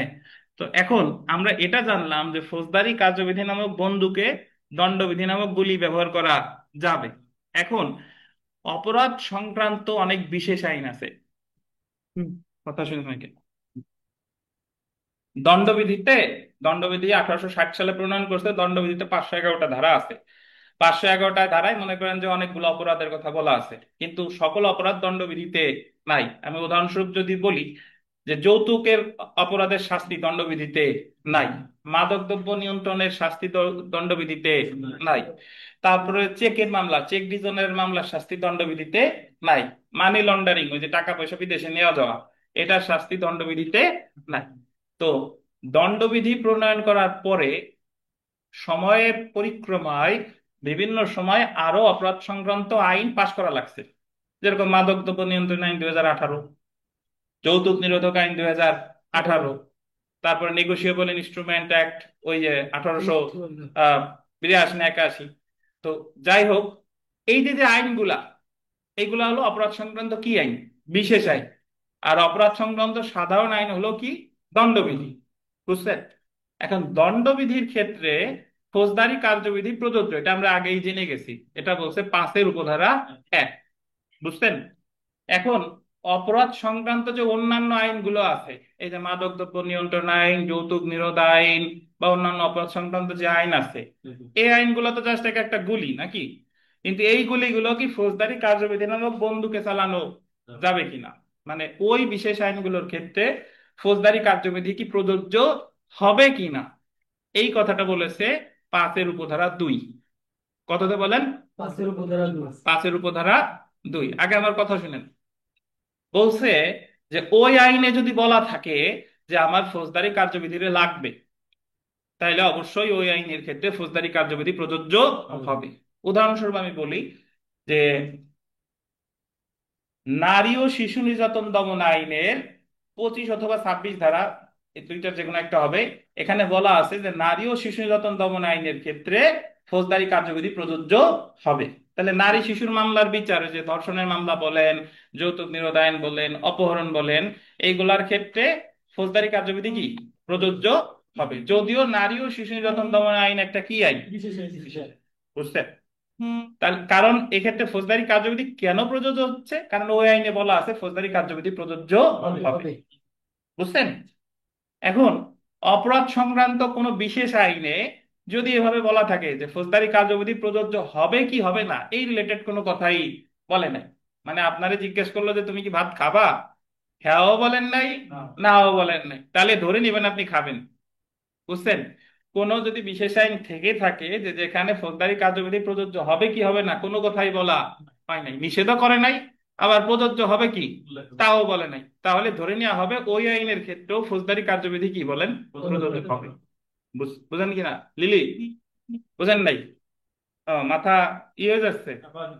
আচ্ছা, খুব সহজ কথা। প্রথমত কনসেন্ট্রেট করেন যে অপরাধ সংক্রান্ত বিশেষ আইনে যদি ফৌজদারি কার্যবিধি প্রযোজ্যতার কথা বলা হয়ে থাকে, তাইলে ফৌজদারি কার্যবিধি প্রযোজ্য হবে। বিশেষ আইনে যদি ফৌজদারি কার্যবিধির প্রযোজ্যতার কথা বলা না থাকে, মানে নিষেধ করে নাই আবার প্রযোজ্য হবে তাও বলে নাই, তাহলেও এটা প্রযোজ্য হবে। বুঝছেন? আর বিশেষ আইনে যদি বলা থাকে যে ফৌজদারি কার্যবিধি প্রযোজ্য হবে না, তাহলে ফৌজদারি, ও তো নিষেধই করে দিছে, তাহলে ফৌজদারি কার্যবিধি প্রযোজ্য হবে না। আমি আপনার এই এই লিলি, আপনার কাছে, আমার কাছে শুনেন, আমি যদি আপনার বলি যে লিলি আপনি কি খানলা একাডেমিতে পড়বেন, বললেন যে জি স্যার পড়বো, তাহলে তো ধরেই নেওয়া হলো যে আপনি খানলা একাডেমিতে পড়বেন। যদি বলি লিলি আপনি কি খানলা একাডেমিতে পড়বেন কি পড়বেন না, হ্যাঁও বলেন নাই, নাও বলেন নাই, চুপ আছেন, তাহলে ধরে নেওয়া হবে আপনি পড়বেন। কিন্তু যদি বলা হয় যে লিলি আপনি কি খানলা একাডেমিতে পড়বেন, আমি বললাম না স্যার আমি পড়বো না, আমার ডি জুড়ি আছে, মোনালিসা আর ইলার সাথে পড়বো, তাহলে তো বলেই দিয়েছেন যে আপনি পড়বেন না। বুঝছেন? তাহলে বিষয়টা অবস্থা অনেকটা এরকম যে যদি বলে বিশেষ আইনে বলা আছে ফৌজদারি কার্যবিধি প্রযোজ্য হবে, তাইলে হবে। যদি হবে কি হবে না কিছুই বলা নাই, তাহলেও হবে। আর যদি বলা থাকে যে হবে না, তাইলে হবে না। কাহিনী বুঝছেন? আচ্ছা, এবার একটু করি দেখেন। ফৌজদারি কার্যবিধির 5-2 ধারা অনুসারে অন্যান্য যে কোনো আইনের অধীন সকল অপরাধ সমূহের তদন্ত, অনুসন্ধান এবং বিচার ফৌজদারি কার্যবিধিতে উল্লেখিত একই বিধান অনুসারে করতে হবে, কিন্তু অন্যান্য আইনে উল্লেখিত অপরাধ সমূহের, আন্ডারলাইন করেন, অন্যান্য আইনের উল্লেখিত অপরাধ সমূহের তদন্ত, অনুসন্ধান বা বিচারের পন্থা ও স্থান নিয়ে কোনো বিধান করা হলে সেই ক্ষেত্রে উক্ত বিধানসমূহ প্রযোজ্য হবে। 5-এর মিলতেছে আপনাদের বইয়ের সাথে? 5-2 ধারার মূল ভাষ্য হলো, যে ক্ষেত্রে আন্ডারলাইন করেন বিশেষ আইনে কোনো অপরাধ সংজ্ঞায়িত বা শাস্তিযোগ্য করা হয়েছে কিন্তু উক্ত অপরাধের বিচারের পদ্ধতি উক্ত বিশেষ আইনে উল্লেখ করা হয় না, সেক্ষেত্রে উক্ত অপরাধের তদন্ত অনুসন্ধান এবং বিচারে ফৌজদারি কার্যবিধিতে উল্লেখিত পদ্ধতি অনুসরণ করতে হবে। কিন্তু কোনো বিশেষ আইনে সংজ্ঞায়িত অপরাধের বিচারের জন্য উক্ত বিশেষ আইনে বিশেষ পদ্ধতি উল্লেখ থাকতে পারে। যে ক্ষেত্রে বিশেষ আইনে উল্লেখিত অপরাধের বিচার করার একটি আন্ডারলাইন করবেন সম্পূর্ণ পদ্ধতি উল্লেখ থাকে, সেই ক্ষেত্রে উক্ত পদ্ধতি অনুসরণ করতে হবে। সেই ক্ষেত্রে ফৌজদারি কার্যবিধি পদ্ধতি অনুসরণ করা যাবে না। মানে বিশেষ আইনেই যদি আলাদা বিধান থাকে তাহলে ফৌজদারি কার্যবিধিরে লাগবে না, আর বিশেষ আইনে যদি আলাদা বিধান না থাকে তাহলে ফৌজদারি কার্যবিধিরে লাগবে। উদাহরণ দেখেন, আপনারা সবাই দুদক শুনছেন না? দুদক, দুর্নীতি দমন কমিশন আইন। এই যে দেখেন, দুর্নীতি দমন কমিশন আইন 2004-এর অধীন উল্লেখিত অপরাধ সমূহের ও উক্ত আইনের তফসিলে উল্লেখিত অপরাধ সমূহের তদন্ত অনুসন্ধান ও বিচার সম্পর্কে উক্ত আইনেই বিধান আছে। দুর্নীতি দমন কমিশন আইনের তদন্ত কিভাবে হবে, বিচার কিভাবে, অনুসন্ধান কিভাবে কিভাবে হবে, তা ওই আইনের মধ্যেই বলা আছে। যেহেতু ওই আইনের মধ্যে বলা আছে, তাইলে আর কিছু ফৌজদারি কার্যবিধিরে কি বলেন লাগবে? লাগবে না। সেহেতু দুর্নীতি দমন কমিশন আইনে বর্ণিত বিধান অনুসারে উল্লেখিত অপরাধ সমূহের তদন্ত অনুসন্ধান ও বিচার হবে। বুঝছেন? তাহলে আমরা বলতে পারি যে দুর্নীতি দমন কমিশন আইনের ক্ষেত্রে ফৌজদারি কার্যবিধি কি প্রযোজ্য হবে? না, হবে না, কারণ ওই আইনে আলাদা বিধিবিধানই আছে। বুঝছেন? অথবা আহ অন্যান্য আইনে উল্লেখিত অপরাধ সমূহের তদন্ত অনুসন্ধান বা বিচার করার জন্য গোল দিবেন কোনো বিধান না থাকলে। না থাকলে না থাকলে মানে কি, হ্যাঁও বলা নাই নাও বলা নাই, সেই ক্ষেত্রেও ফৌজদারি কার্যবিধি প্রযোজ্য হবে। বা অন্যান্য আইনে উল্লেখিত অপরাধ সমূহের তদন্ত অনুসন্ধান বা বিচার করার জন্য ফৌজদারি কার্যবিধি প্রযোজ্য করা হলে সেই ক্ষেত্রেও ফৌজদারি কার্যবিধি প্রযোজ্য হবে। প্রযোজ্য করা হলে মানে আন্ডারলাইন করেন, যদি প্রযোজ্য করা হয় তাহলেও হবে, নিষেধ করা নাই তাহলেও হবে, আর নিষেধ করা থাকলে হবে না। বুঝছেন? আপনারা যদি একটু উদাহরণ দেখি, যে সাইবার নিরাপত্তা আইন 2023-এর 49 ধারায় বলা হয়েছে, এ আইনে ভিন্ন কিছু না থাকলে কোনো অপরাধের তদন্ত, বিচার, আপিল ও অন্যান্য বিষয়াদি নিষ্পত্তির ক্ষেত্রে ফৌজদারি কার্যবিধি প্রযোজ্য হবে। তাহলে সাইবার নিরাপত্তা আইনের ক্ষেত্রে ফৌজদারি কার্যবিধি কি বলে? প্রযোজ্য হবে, কারণ ওই আইনে ফৌজদারি কার্যবিধি প্রযোজ্যতার কথা বলা হয়েছে। আখিনুর সাহেব বলেন তো, যদি কোনো বিশেষ আইনে বলা ফৌজদারি কার্যবিধি প্রযোজ্য হবে কি হবে না, ভালো মন্দ কিছুই বলা হয় নাই, তাহলে কি ফৌজদারি কার্যবিধি প্রযোজ্য হবে কিনা বলেন? প্রযোজ্য হবে। বলা প্রযোজ্য হবে বললেও হবে, হ্যাঁ না কিছু বলা না থাকলেও হবে, আর যদি নিষেধ থাকে তাহলে হবে না। এই তো মাথায় ঢুকতেছে আপনাদের? জি। তাহলে দেখেন, যেহেতু সাইবার নিরাপত্তা আইন 2003-এর অধীন কোনো অপরাধের তদন্ত, বিচার, আপিল বা অন্যান্য বিষয়াদি নিষ্পত্তির ক্ষেত্রে ফৌজদারি কার্যবিধি প্রযোজ্য করা হয়েছে, সেহেতু ফৌজদারি কার্যবিধি অনুযায়ী সাইবার নিরাপত্তা আইন 2023-এর অধীন কোনো অপরাধের তদন্ত, বিচার, আপিল ও অন্যান্য বিষয়াদি নিষ্পত্তি করতে হবে। বুঝছেন? তো লাস্টের প্যারা আর পড়লাম না, জাস্ট আপনি এটা ধরে নিয়েন, আমি একটু আবার ব্যাখ্যা দিয়ে আপনাদের বোঝাই দেই যে দণ্ডবিধির অধীন অপরাধ সমূহের তদন্ত, অনুসন্ধান, বিচারের ক্ষেত্রে ফৌজদারি কার্যবিধি প্রযোজ্য হবে 5-এর 1। বিশেষ আইনের ক্ষেত্রে প্রযোজ্য হতেও পারে, নাও হতে পারে 5-এর 2। বিশেষ আইনে যদি প্রযোজ্যতার কথা বলা থাকে তাহলে হবে, হবে কি হবে না কিছুই বলা নাই তাহলেও হবে, আর যদি নিষেধ থাকে তাহলে হবে না। এটা কত? 5-এর 2। আমাদের জুডিশিয়াল সার্ভিস পরীক্ষায় বা বার কাউন্সিল পরীক্ষায় প্রশ্ন আসতে পারে, জুডিশিয়াল সার্ভিস পরীক্ষা একবার এসেছিল, যে বিশেষ আইনের ক্ষেত্রে ফৌজদারি কার্যবিধি প্রযোজ্যতা আলোচনা করুন। যে বিশেষ আইনের ক্ষেত্রে ফৌজদারি কার্যবিধি প্রযোজ্য হবে কি হবে না, তাহলে আমার আলোচনা করতে হবে কত ধারা? 5 ধারা। 5-এর আগে 5-এর 1 ব্যাখ্যা দিয়ে দিলেন, পরে 5-এর 2 আলোচনা করে দিলেন। বুঝছেন? তো সেলফ প্র্যাকটিসের 1 নম্বর প্রশ্নটা দেখেন, ড্যাশ দণ্ডবিধির অধীন সকল তদন্ত, অনুসন্ধান ও বিচার ফৌজদারি কার্যবিধিতে উল্লেখিত পদ্ধতিতে হবে। ফৌজদারি কার্যবিধি কয় ধারা অনুসারে? 5 ধারা। সো এটা আপনারা জানেন। এখন আমরা আজকে এই জিনিসটা পড়ে শেষ করি, আমরা একটু ফৌজদারি আদালতের গঠনে চলে আসি। দেখেন, ফৌজদারি আদালত, ক্রিমিনাল কোর্টস। এখানে নিচে একটু লিখে রাখেন, কম্পোজিশন বা গঠন। কম্পোজিশন, COMPOSITION, কম্পোজিশন, এই জায়গা ছয়ের নিচে এই জায়গা লেখেন, কম্পোজিশন, COMPOSITION,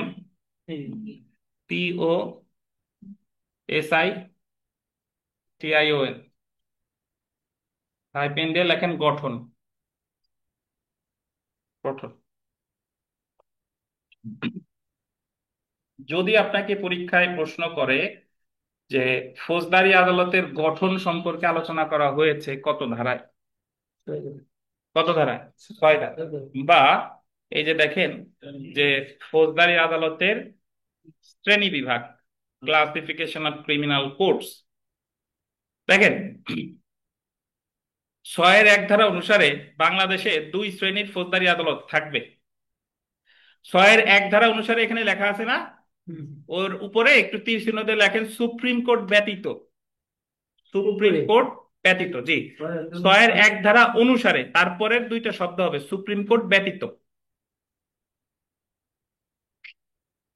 সুপ্রিম কোর্ট ব্যতীত।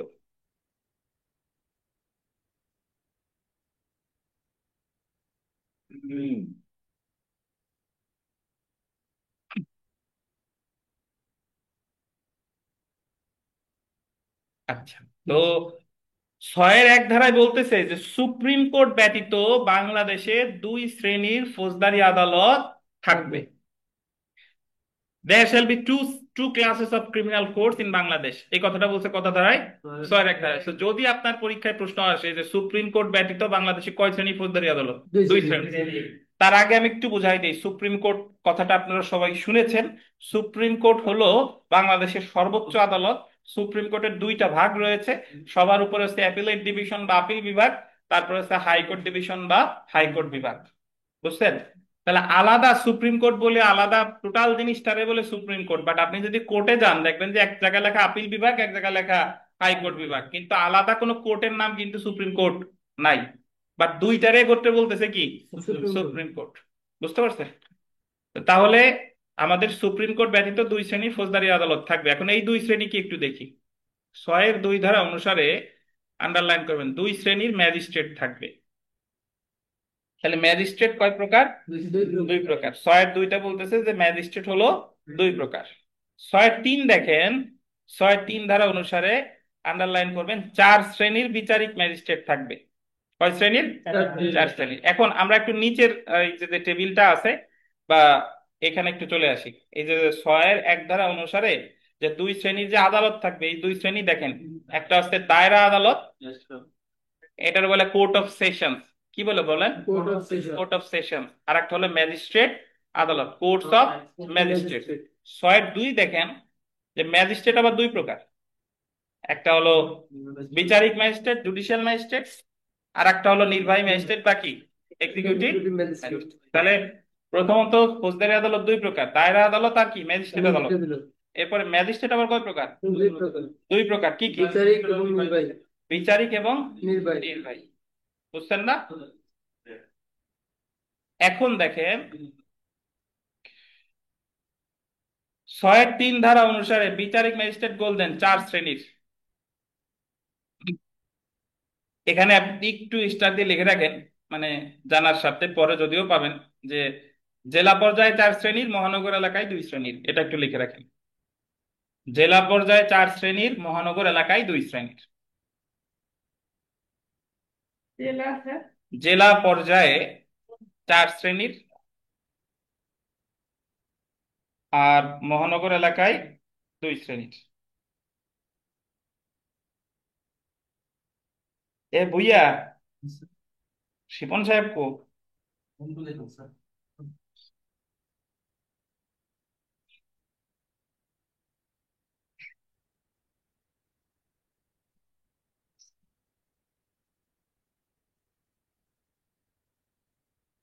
তাহলে যদি আপনাকে বলে যে বিচারিক ম্যাজিস্ট্রেট মোট কয় প্রকার, প্রাথমিকভাবে উত্তর হলো 4 প্রকার। যদি বলে জেলা পর্যায়ে কয় প্রকার?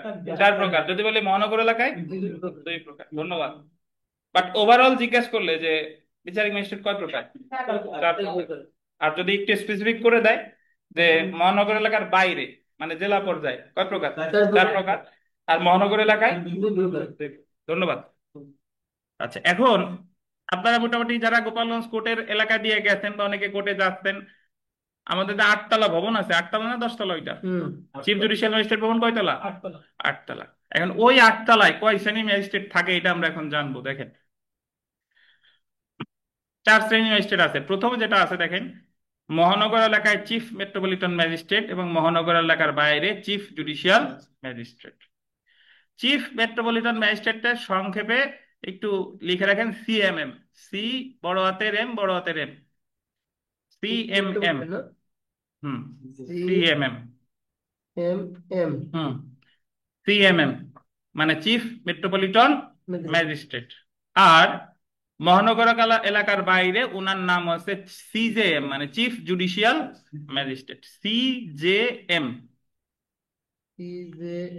বড় হাতের, ক্যাপিটাল লেটারের। এখন আবার বলেন না যে স্যার আমার হাত তো ছোট, বড় তো হয় নাই।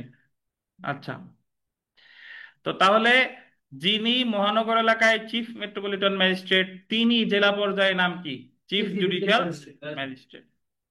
2 নম্বর দেখেন, মহানগর এলাকায় মেট্রোপলিটন ম্যাজিস্ট্রেট, মহানগর এলাকার বাইরে প্রথম শ্রেণীর ম্যাজিস্ট্রেট।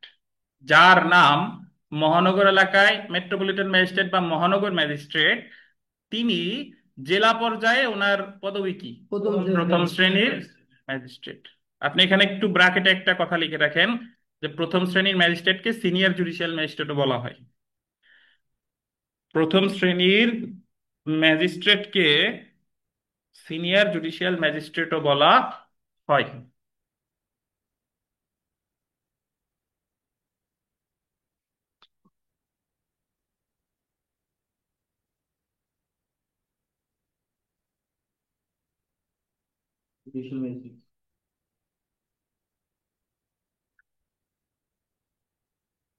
তাহলে মহানগর বা মেট্রোপলিটন ম্যাজিস্ট্রেট জেলা পর্যায়ে কি নাম? প্রথম শ্রেণী ম্যাজিস্ট্রেট। প্রথম শ্রেণী ম্যাজিস্ট্রেট আর একটা নাম কি? Senior judicial magistrate. Senior judicial, senior judicial magistrate, জি। তারপরে দেখেন দ্বিতীয় শ্রেণীর ম্যাজিস্ট্রেট, তৃতীয় শ্রেণীর ম্যাজিস্ট্রেট, এই হলো আপনার 4। তো এই 4 প্রকারের মধ্যে মহানগর এলাকায় হলো চিফ মেট্রোপলিটন ম্যাজিস্ট্রেট আর মেট্রোপলিটন ম্যাজিস্ট্রেট। আর মহানগর এলাকার বাইরে চিফ জুডিশিয়াল ম্যাজিস্ট্রেট, প্রথম শ্রেণীর ম্যাজিস্ট্রেট, দ্বিতীয় শ্রেণীর ম্যাজিস্ট্রেট, তৃতীয় শ্রেণীর ম্যাজিস্ট্রেট। আজকে থেকে এটা বলা যাবে না। এই জিনিস সামনে বহু জায়গায় কাজে লাগবে, আপনার মনে রাখতে হবে। তাহলে মনিকা বলেন তো, আহ আপনি যদি মোটামুটি লেগে থাকেন তাহলে বিথিকার মতো ফেমাস হবেন একদিন। মনিকা বলেন যে মেট্রোপলিটন ম্যাজিস্ট্রেটে কি বলে বলেন? মেট্রোপলিটন ম্যাজিস্ট্রেট ঢাকায় যার নাম, গোপালগঞ্জে তার পদবি কি? গোপালগঞ্জে তার নাম কি? না, প্রথম শ্রেণীর ম্যাজিস্ট্রেট। চিফ জুডিশিয়াল ম্যাজিস্ট্রেট গোপালগঞ্জে যিনি, ঢাকায় তার নাম চিফ মেট্রোপলিটন ম্যাজিস্ট্রেট। হ্যাঁ, আর ঢাকায় যার নাম শুধু মেট্রোপলিটন ম্যাজিস্ট্রেট, গোপালগঞ্জে তার নাম কি? প্রথম শ্রেণীর ম্যাজিস্ট্রেট। বুঝছেন? বা সিনিয়র জুডিশিয়াল ম্যাজিস্ট্রেট। বুঝছেন লিলি? আচ্ছা, আমাদের তো ক্ষুদ্র চ্যানেল, ইউটিউবে অনেকেই দেখে। তা আমাদের এখানকার এক পরীক্ষার্থী, উনি পরীক্ষা দিতে গেছে ঢাকায়, আব্দুর রহমান সাহেব। তো উনারে জিজ্ঞাসা করছে যে আপনার বাড়ি কোথায়? তা উনি বলছে আমার বাড়ি গোপালগঞ্জ।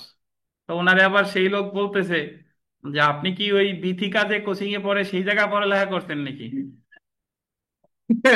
মানে ওই যে আমার ক্লাসে বিথিকার নাম অসংখ্যবার নেওয়া হয়, বিথিকা, দীনেশ, আরিফ। তো খানলো একাডেমি না বলে বলছে কি বিথিকা যে কোচিং এ পড়ে সেই জায়গায় আপনি পড়ছেন নাকি। বুঝতে পারছেন? তাহলে বিথিকার কয়েকার আছে, আপনি যদি লেগে থাকেন আপনিও মনিকা একদিন বিথিকার মতো হবেন।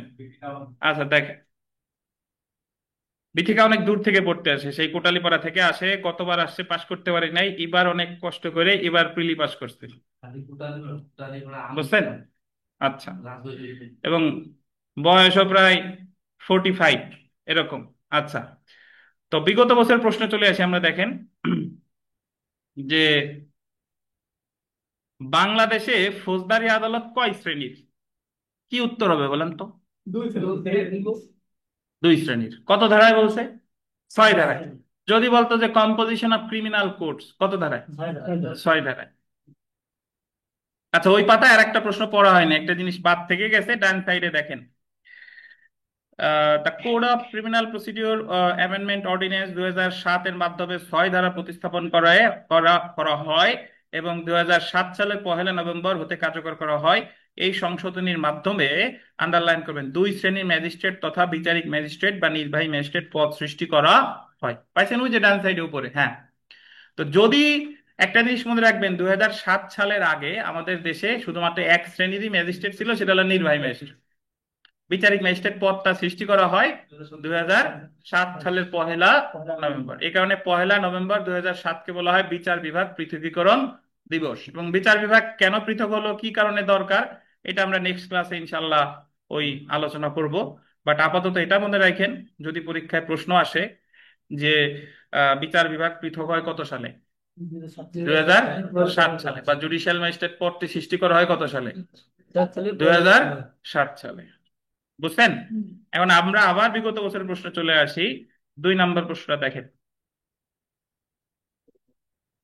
কোড অফ ক্রিমিনাল প্রসিডিওরের কোন ধারায় ফৌজদারি আদালত সমূহের গোল্ডেন শ্রেণী বিভাগ আলোচনা করছে? কোন ধারায়? শ্রেণী বিভাগ কয় ধারায়? 6 ধারায়। যদি বলে আহ গঠন, কয় ধারায়? 6 ধারায়। 3 নাম্বার দেখেন, ফৌজদারি কার্যবিধিতে ম্যাজিস্ট্রেটগণকে প্রধানত কত প্রকারে ভাগ করেছে? ম্যাজিস্ট্রেটগণ, এ জায়গায় কিন্তু বলে না বিচারিক ম্যাজিস্ট্রেট। ম্যাজিস্ট্রেটগণ হলো 2 ভাগে, বিচারিক আর নির্বাহী। যদি বলতো যে বিচারিক ম্যাজিস্ট্রেট কয় প্রকার, তাহলে উত্তর হতো কি? 4 প্রকার। বুঝছেন? আচ্ছা, আমরা সেলফ প্র্যাকটিসে চলে আসি। সেলফ প্র্যাকটিসে মোটামুটি আপনারা যে প্রশ্ন আছে এগুলো পড়ে ফেলবেন, যদি কোনো প্রশ্ন না বুঝেন আমারে জানাবেন। এবং আজকে আপনাদের পড়া এতটুকুই। আমি একটু আপনাদের বলে দিই, শুনেন। আজকে আপনাদের যা যা পড়লাম একেবারে শুরু থেকে শেষ পর্যন্ত আমাদের পড়া মঙ্গলবার বিকাল 5:30টায়। মঙ্গলবার ক্লাস শেষে এই যে যে আজকে পর্যন্ত যা পড়ছি এটার উপরে আপনাদের 20 মার্কের ক্লাস টেস্ট, এমসিকিউ। বুঝছেন? তো আজকে অনলাইন অফলাইনে যারা আছেন ভালোভাবে এই অংশটুকু পড়ে ফেলবেন। এবং এখন থেকে যদি মনোযোগ দিয়ে পড়েন তাহলে আস্তে আস্তে আপনাদের ইনশাল্লাহ হয়ে যাবে। অনলাইনে পরীক্ষা দেওয়ার সিস্টেম হচ্ছে, আপনারা প্রশ্ন দিব, ছবি দেখে দাগাইয়ে উত্তরপত্রের ছবি নির্দিষ্ট সময়ের মধ্যে দিয়ে দিবেন। আবার আমি উত্তরপত্র দিলে উত্তরপত্র কাউন্ট করে বলবেন যে এত পাইছি। বুঝছেন? তাহলে আপনাদের 20 মার্কের ক্লাস টেস্ট কবে বলেন? মঙ্গলবার। এবং যারা যারা আছেন আপনারা সবাই দ্রুত ভর্তি হয়ে যাবেন। আর যার মনে দুষ্টু বুদ্ধি আছে সে আগে থেকে আসা বাদ দিবেন। আমার এই জায়গায় কোনো শর্টকাট ওয়ে নাই। যদি কারো 300-400 প্রশ্নের ধান্দা থাকে, প্রথম থেকেই বলে রাখি আসবেন না আমার কাছে। তো সবাই ভালো থাকেন, আল্লাহ হাফেজ। আজকে এই পর্যন্তই। আর এই ক্লাসটা একটু পরে ইউটিউবে আপলোড হয়ে যাবে, আমি আপনাদের গ্রুপে লিংক দিব। একটা কথা বলি, বলেন।